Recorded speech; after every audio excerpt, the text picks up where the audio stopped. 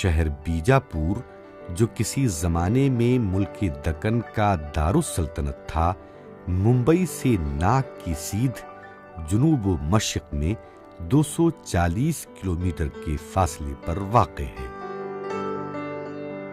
جیسے ہی کوئی شہر کے اندر داخل ہوتا ہے تو وہاں کی ویرانی اور تباہی دیکھ کر محو حیرت ہو جاتا ہے۔ گو کہ یہ نظارہ نہایت المناک ہے، لیکن خوبصورت اور دلکش عمارتوں کا خوشنما مجموعہ، پرانے گھنے اور سایہ دار املی اور پیپل کے درخت، سفید براق کھنڈر اور دور سے ان بڑی عمارتوں کا دل خشک نظارہ، یہ ایک ایسا بے نظیر اور قابل دید منظر ہے کہ جس نے دیکھا ہو وہی جان سکتا ہے۔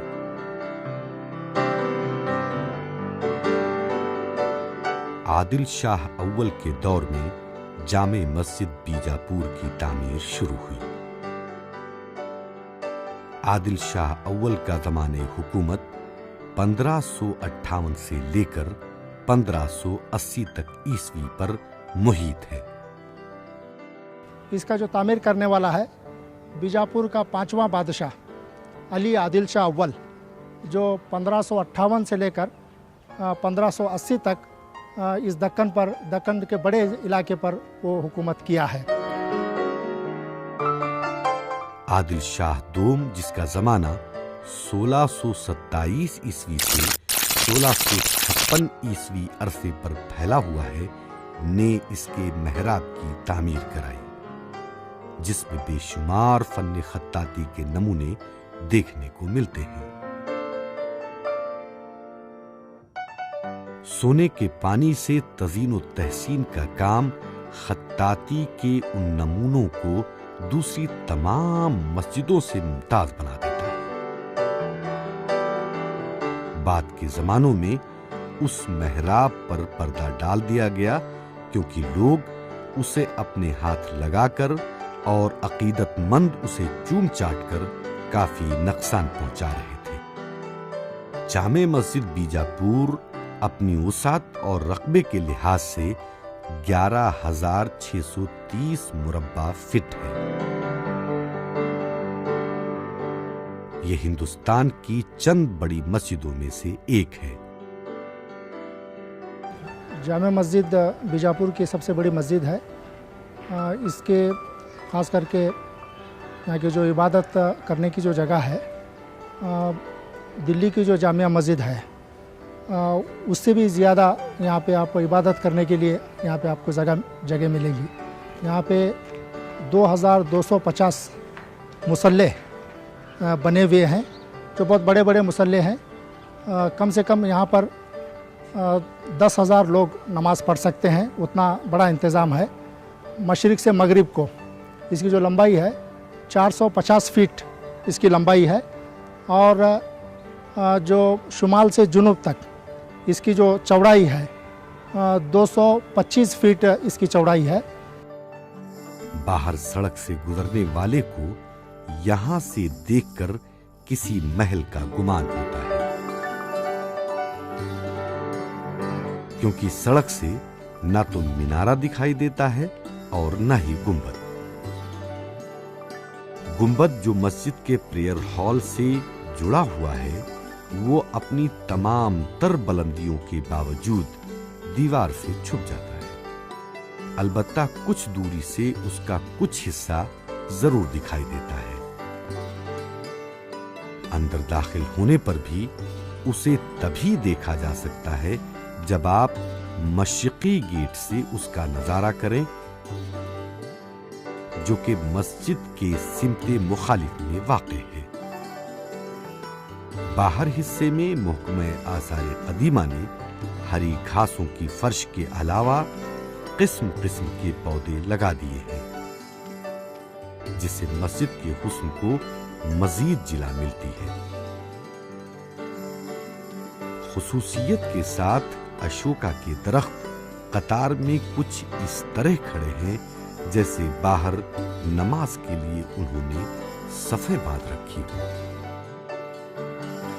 اس مسجد کی صاف صفائی اور اذان و نماز کے انتظامات اس محلے کے رہنے والے عادل شاہی دور سے ہی کرتے آئے ہیں اور آج بھی وہی کر رہے ہیں۔ البتہ محکمہ آثار قدیمہ کی نگرانی میں اب مقامی کمیٹیاں اور بانگی محلے کی خدمات بھی جاری ہیں۔ اس مسجد میں نہ صرف 5 وقتہ نماز ہوتی ہے بلکہ عیدین اور جمعہ سبھی نمازیں یہاں ادا کی جاتی ہیں۔ رمضان مبارک کے زمانے میں تو بڑا خصوصی اہتمام نماز و افطار اور تراویح ہوتا ہے۔ اس مسجد میں داخلے کے دروازے سے پہلے 2 استقبالیہ دروازے ہیں، جیسے باہیں پسارے کوئی اپنی آغوش میں لینا چاہتا ہے، جو اپنے آپ میں خود 2 چھوٹی مسجدوں کے مثل ہیں، لیکن یہ مسجد کی لمبی دیوار کے آگے بہت ہی معمولی اور پستہ قد معلوم ہوتے ہیں۔ استقبالیہ دونوں گیٹوں میں ایک نامکمل شکل میں آج بھی موجود ہے۔ شاید یہ آنے والوں کے لیے چیلنج کے طور پر چھوڑا گیا ہو، جو کہ سچا ثابت ہوا، اور آج تک نہ اس استقبالیہ دروازے کی تکمیل ہو سکی اور نہ ہی ادھورے میناروں کی۔ 1686 عیسوی میں اورنگزیب نے جب اس علاقے کو فتح کیا تو اس خوبصورت مسجد میں اپنی یادیں چھوڑ جانے کے لیے اس کی مشرق کی جانب ایک بہت ہی عالیشان دروازہ بنایا، جسے اورنگزیب گیٹ کے نام سے موسوم کیا جاتا ہے۔ اس مشرقی دروازے کے علاوہ اپنی عادت کے مطابق اور بھی کئی اضافے کیے، مثلاً منبر اور اذان گاہ کی تعمیر اور ایک چراغ دان لگوایا، جسے ہر زمانے میں شاہی خزانے سے تیل اور خرچ ملتا رہا۔ یہ مسجد ستونوں پر کھڑی ہوئی ہے اور ان ستونوں سے ہوتے ہوئے نکلتی ہیں اس کی کمانیں۔ ہر کمان میں اتنی وسعت ہے کہ ہر ایک میں 4 صفیں باندھی جا سکتی ہیں۔ صفوں کی لمبائی دیکھیں تو ہر ایک صف میں کم از کم 190 افراد ایک ساتھ کھڑے ہو سکتے ہیں۔ اندرونی حصہ مسجد کا سوائے محراب کے نہایت سادہ ہے، البتہ کمانوں میں الگ الگ نقش و نگار ملتے ہیں، جن میں کشادگی صاف جھلکتی ہے، کوئی باریک کام نہیں ملتا۔ اس سادگی کا لطف یہ ہے کہ یہ مسجد کی وسعت سے بہت مناسبت رکھتی ہے اور اس کی عظمت و شان اس میں پوشیدہ ہے۔ ساری مسجد میں ایسی استرکاری کی گئی ہے کہ چہرہ دکھلائی دیتا ہے۔